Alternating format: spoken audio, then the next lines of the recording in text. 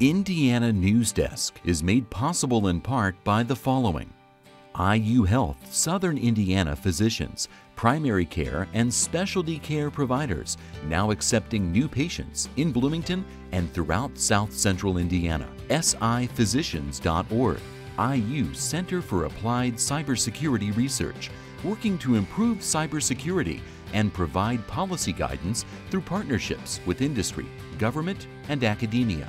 Smithville Fiber, the Gigacity Company, fiber internet, HD, and digital IPTV in Southern Indiana. More information at smithville.com. And by WTIU members. Thank you. Coming up on Indiana Newsdesk. New federal overtime rules are causing a lot of angst among businesses. Nonprofits are among those hit the hardest. Unlike a private business, we can't just raise our prices to accommodate the increase in salaries. A woman found guilty of neglect and feticide in a self-induced abortion is asking for the charges to be thrown out. What's at stake in this case, and why some maintain the fate of abortion rights and of pregnant mothers hinges on the court's decision. And this week we go back in time in our History Through Headlines segment. This is being celebrated as the 100th running of the Indianapolis 500, but did you know the race actually started 105 years ago? We'll explain coming up. Plus, we'll have the latest on all this week's top stories right now on Indiana Newsdesk.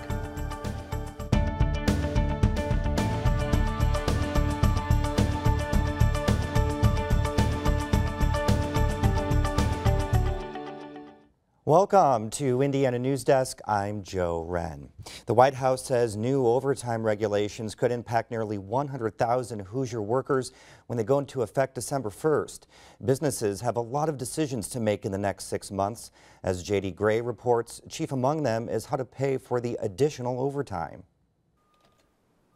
At its Bloomington headquarters, Stonebelt offers direct support to people with developmental disabilities. From art classes to mental health services, Stonebelt's employees are there to assist. The company's 500 employees are dedicated to helping people improve their lives. President Obama unveiled new rules last week that govern exempt positions. This means more employees, including about 20% of the workers here at Stonebelt, are eligible for overtime pay. It's a move that some think could provide better wages and more time off for mid-level managers. But when Stonebelt CEO Leslie Green heard about the change, she had one thought. How will we afford it? Green says Stonebelt doesn't have a lot of options. Well, we don't control what we're paid to provide the services. It's all set by state and federal government, the allocation that we get and the way that we're paid. So unlike a private business, we can't just raise our prices to accommodate the increase in salaries. Under the final version of the rules, salaried employees making less than $47,476 a year will earn time and a half for working overtime. That's just over double the previous threshold. And so as the rule currently exists, you could pay an executive employee lower than the poverty line and work them as many hours as you wanted to and be in compliance with a federal act that's supposed to make wages fair. That doesn't sound like the current rule really complies with the intent of the law. He says there are 3 ways companies can address the new threshold. They can increase wages above that threshold and maintain exempt positions. They can set salaries for hourly workers that include some overtime but remain below the threshold. Or they can reorganize the company and create more jobs. The idea is that workers can spend more time with their families or make more money, and employers can provide higher wages or create more positions. But some don't expect it to play out this way. I really genuinely do not expect the money to move very much in either direction. Some people might make a little bit more, but that'll be about it. And then businesses will figure out and organizations will figure out how many hours they can afford to work people and at what rate. But for a company like Stonebelt, the question is, where will the funds come from? Not-for-profits are the ones in the worst spot because they can't launch a new product line. They can't go out and change their pricing. They mostly get reimbursed on fixed schedules. Green says that Stonebelt has somewhere between 100 and 150 employees that are in exempt positions, and she's not sure how the company will address their roles. The ones that may be most affected are what Green calls frontline managers and coordinators. They're working with the staff who provide direct support, and they're providing some direct support themselves. As I said, we've known about it for a while, and we've been evaluating how it might affect us, but in the end, I don't think we'll know until we just start it, and then we'll probably have to, figure out what we can do from that point forward. Schrader says not-for-profits like to keep their operating costs low, including pay, so they can push their services to the people they are serving.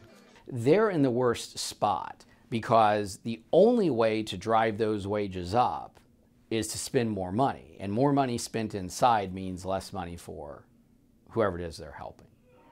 But Green recognizes that this could have a positive impact on her employees. So it moves us in the direction we'd like to go. It just hasn't currently given us the resources to do that. So that's our next task, is to figure out how to get those resources in place. For Indiana Newsdesk, I'm J.D. Gray. Professor Dow Schmidt ran some numbers for us. He said the overtime exemption threshold was introduced in 1975, around $13,000. Now, adjusted for inflation, that number would be around $58,000 today. Another part of the new provision sees that the threshold will be reviewed and updated in 3 years. The Indiana Court of Appeals heard arguments in the case of Purvi Patel this week. Patel was charged with feticide and child neglect resulting in death in 2015. Joining us now is reporter Amy Castellum. She's been following the case closely. Thank you so much for being here today. Thank you. Let's see if we can try and clear this up a little bit. So what happened to put Purvi Patel in prison for 20 consecutive years? So text messages from her phone showed that she had an unintended pregnancy that she was trying to hide from her strict Hindu parents. The messages also showed that she didn't know how far along she was when she took abortion drugs that she bought online from a pharmacy based in Hong Kong. Presumably, it was those drugs that caused her to lose her pregnancy in July of 2013 when she delivered an extremely preterm infant alone at her home. When her bleeding didn't stop, she went to the hospital and told the healthcare providers that she miscarried. They believed that she may have actually had a live birth, and so they called the police. The police ended up finding the body of the 1.5-pound extreme preemie in the place where she told them she put it, and that was when she was charged with child neglect resulting in the death of a dependent. A few months later, she was charged with feticide for taking the abortion drugs in the first place.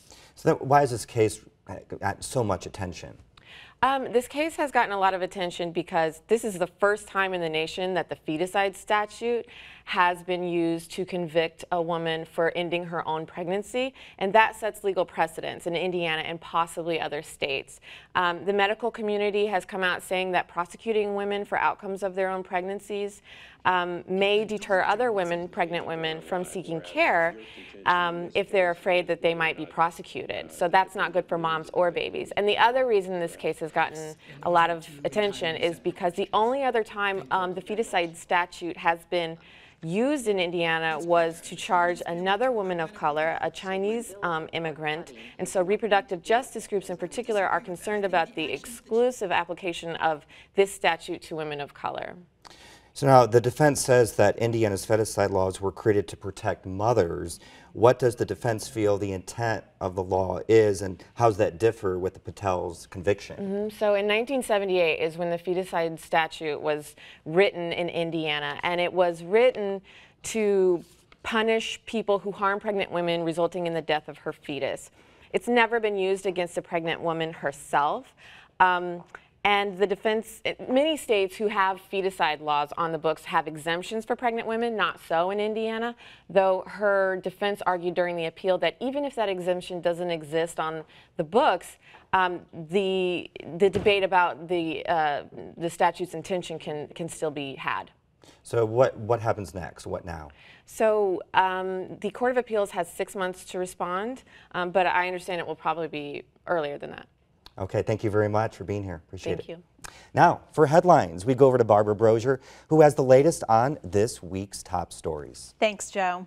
A recount will decide who will challenge Republican Representative Larry Bucshon for southwestern Indiana's congressional seat. The Indiana Recount Commission is reviewing the 8th District Democratic primary results that show Ron Drake leading former state Representative David Orntlicher by 68 votes out of nearly 60,000 cast. It could take several weeks to complete the recount. Drake says that delays the time that he can use to campaign against Bucshon. The Indiana University Board of Trustees and 3 scientists are suing to block part of the state's new abortion law that bars them from acquiring fetal tissue for research purposes. The law is due to take effect July 1st. They want it declared unconstitutional, and they're seeking an injunction barring the Marion County prosecutor from enforcing it. A federal judge invited the university to file its own lawsuit over the law Tuesday when she denied its bid to join an existing lawsuit brought on by Planned Parenthood of Indiana and Kentucky. The race for Indiana governor is continuing to heat up as Democratic candidate John Gregg announced his running mate this week. Representative Christina Hale will join him on the ticket this fall. Representative Christina Hale is well known at the State House for her focus on issues involving sexual assault. John Gregg says that's one of the reasons he picked her to run alongside him on the Democratic ticket in November.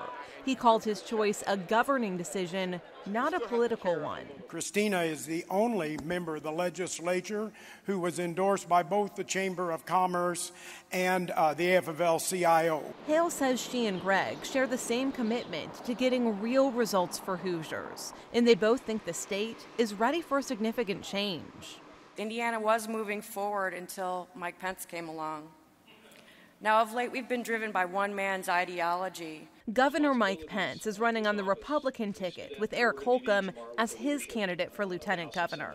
And it's a race experts say will be one to watch. Because of the stance that the governor has taken on issues like RFRA and the counter stance that John Gregg has taken, I think we should expect this to be a very high-profile race. It's one that will bring in a lot of money, both to the campaigns individually, but then also outside groups spending money here. And it will probably be a race that ends up looking like it's very close. Pence says now that the Democratic gubernatorial ticket is set, he looks forward to a spirited debate about continuing what he calls Indiana's soaring economic future. Committee members charged with rewriting Indiana's standardized assessment say they have a lot of work ahead of them. The panel, composed of educators, policymakers, and lawmakers, met this week for the first time.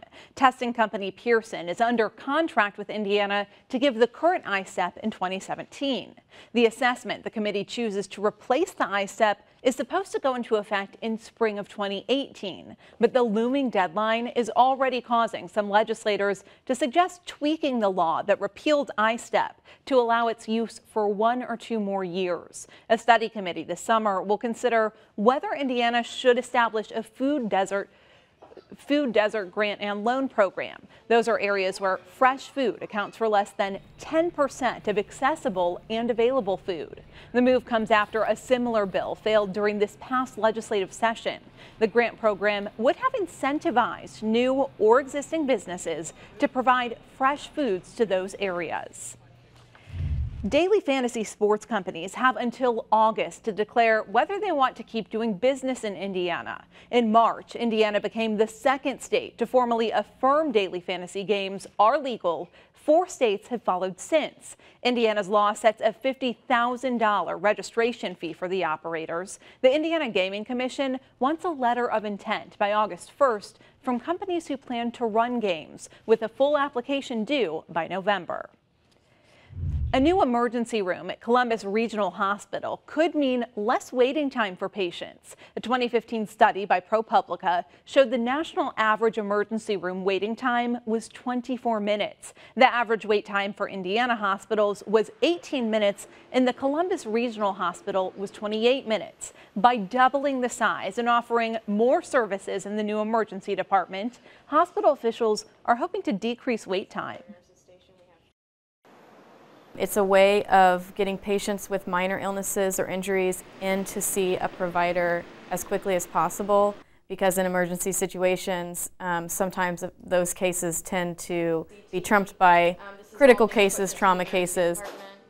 The hospital invested $16 million in the new department. The new ER has 28 exam rooms, a twofold increase from its old space.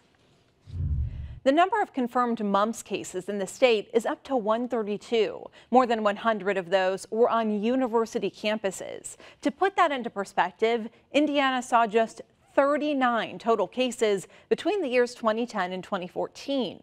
The outbreak was first confirmed on the Indiana University Bloomington campus with 2 student cases in early February. The number of confirmed cases at IU has since risen to 64. New rules for concentrated animal feeding operations, or CAFOs, in Bartholomew County are being considered a compromise. County commissioners approved the restrictions this week. The rules say CAFOs can be built no closer than a quarter mile from schools, healthcare facilities, and churches, and 500 feet from residential lots in areas zoned for agriculture. New farms must also be at least 500 feet from any water well. Supporters say the rules give more protections to residents who worry about the health and environmental impacts of livestock farm smells, dust, and runoff. Strong opposition by neighbors has led a South Central Indiana Board of Zoning Appeals to block a proposed solar farm. The Bartholomew County Board unanimously denied a petition to erect 100,000 solar panels on 156 acres in the northeastern part of the county. The solar farm was proposed for a site about 35 miles southeast of Indianapolis. President Barack Obama is returning to Elkhart, Indiana. Obama visited the town at the beginning of his presidency when Elkhart's unemployment rate was very high. During his visit next week, Obama can point to an April unemployment rate in Elkhart of just about 4%. And you'll be able to visit one of the most famous museums in the world without having to leave your home. IU is digitizing works from the Uffizi Gallery in Florence, Italy. The 3D digitization will capture over 1,000 classical sculptures dating back to the 15th century. The project combines the fields of history, archaeology, and informatics. That's a lot of what goes on in informatics is, using technology to, applying technology in a variety of ways. And in this case, this preservation of artifacts, if you will, artwork, knowledge is just an extension of that. Digitization is expected to be complete and available for public use by 2020. Such a neat project, Joe, but you're going to have to go to Florence before it's complete if you want to see those now. Thanks a lot, Barbara. Coming up next on Indiana Newsdesk. This weekend is the 100th running of the Indy 500, and it's a sold-out crowd. But there was a time when race organizers worried if the event would draw enough interest to be sustainable. That's ahead in our History Through Headlines segment. And we'll talk with the Kinsey Institute's Justin Garcia about data he has collected while working with the popular dating website Match.com.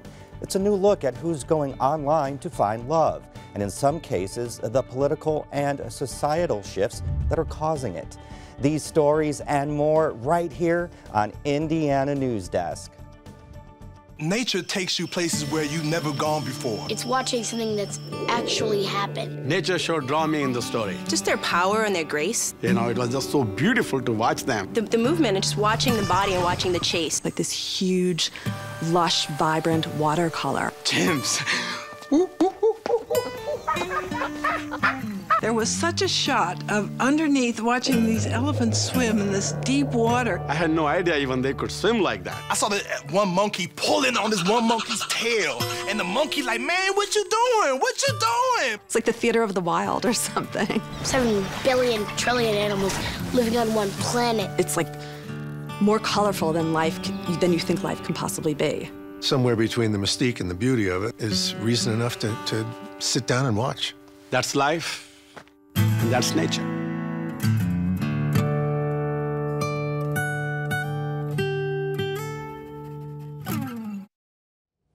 Welcome back to Indiana Newsdesk. Match is the world's largest relationship company. People make profiles on the Match website and include information about themselves and what traits they would like to find in a potential partner. This week, Match released information on dating experiences from a survey of more than 1,000 single LGBTQ people. The study is the first of its kind. Match scientific advisor Dr. Justin Garcia joins us now to discuss what these results reveal. Welcome to the show. Can't wait to find out more. Sure. So everyone surveyed was single.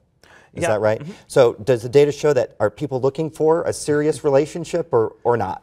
Yeah, so this is an extension of, we do a big annual study called Singles in America that's on the national probability of the whole population. And this year with LGBTQ in America, we took a focused look at gay, lesbian, bisexual, transgender singles. And what we found is that about 50% of LGBTQ people in America are single, and over 80% of them say that they're looking for a committed relationship, a romantic partnership. So since the U.S. Supreme Court ruled in favor of same-sex marriage, has this affected how LGBTQ people are thinking of marriage nowadays? Yeah, and this has been something that's really been debated by people, gender scholars, and as people think about what is the role of marriage in their lives. Now, broadly in America, marriage is changing. Attitudes about marriage are changing. More people than ever before are cohabiting, so living together but not necessarily married. But we specifically asked participants, has the Supreme Court case changed your attitudes? And a number of people said yes, and in fact, more gay men than heterosexual men said that they were interested in marriage.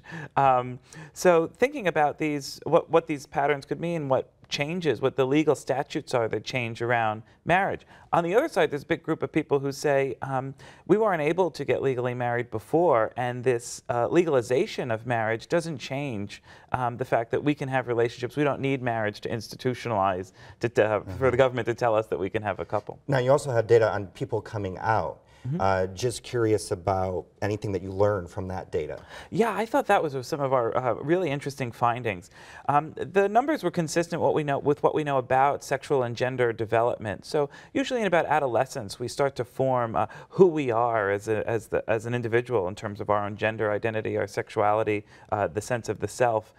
So by about ages 13, you see at least a quarter of people start to say, okay, I know my kind of a sense of what I think is my sexual orientation. The sobering part there, though, was that the number of years people were what we call in the closet. There were so many years for so many people, and I think that says a lot about the current state of America, where it has been and where we still are, that people don't feel maybe safe or comfortable outwardly being who they are. Interesting. Thank you so much for being here today. Great. Thanks for having me on. And now it's time for our History Through Headlines segment. It was 1946. Harry Truman was president, Sylvester Stallone was born, and the Indianapolis 500 hadn't been run in 5 years.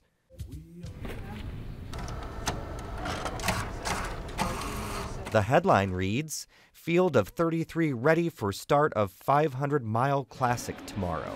The Indianapolis Motor Speedway celebrates the 100th running of the Indy 500 this week, but the first race actually took place 105 years ago. That's because the war effort became top priority. The first break took place when the U.S. officially entered World War I, canceling the race in 1917 and 1918. 25 years later, when World War II began, president of Indianapolis Motor Speedway, Eddie Rinkenbacker, was faced with a similar decision. Rinkenbacker was previously a driver in the 500 and a flying ace in World War I.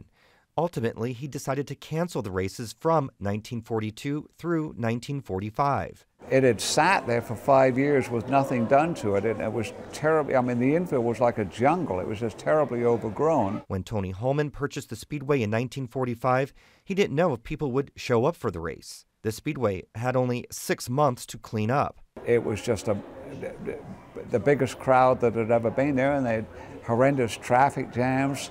Not only with people still trying to, well, people were still trying to get in long after the race had started. George Robson was the winner of the 1946 Indy 500.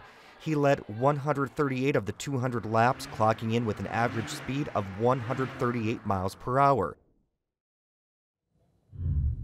70 years later, James Hinchcliffe will start at the top of the pole with a qualifying speed of 230 miles per hour. All tickets for Sunday's Indianapolis 500 have been sold, and for only the third time in history, local race fans will be able to watch the race live on television. And New Albany's Second Baptist Church got an improvement that's 100 years in the making. A 1915 lightning strike destroyed the church's original steeple, which was a symbol of hope for runaway slaves in the Civil War era. As James Vavrick reports, the church got a new 65-foot tall spire this week.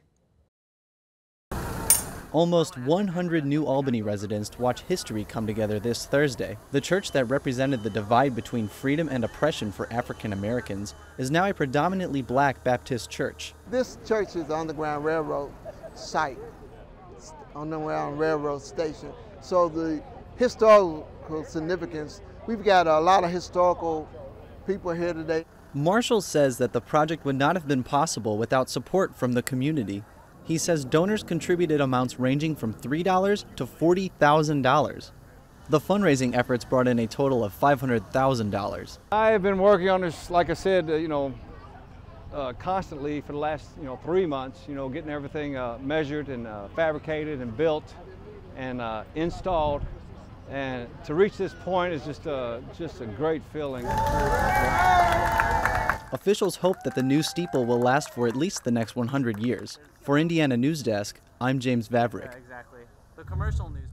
And that's the end of this program, but our work continues online as we cover the news throughout the week at WTIUnews.org. Have a great weekend. Indiana Newsdesk is made possible in part by the following: IU Health, Southern Indiana physicians, primary care and specialty care providers, now accepting new patients in Bloomington and throughout South Central Indiana. SIphysicians.org, IU Center for Applied Cybersecurity Research, working to improve cybersecurity and provide policy guidance through partnerships with industry, government, and academia.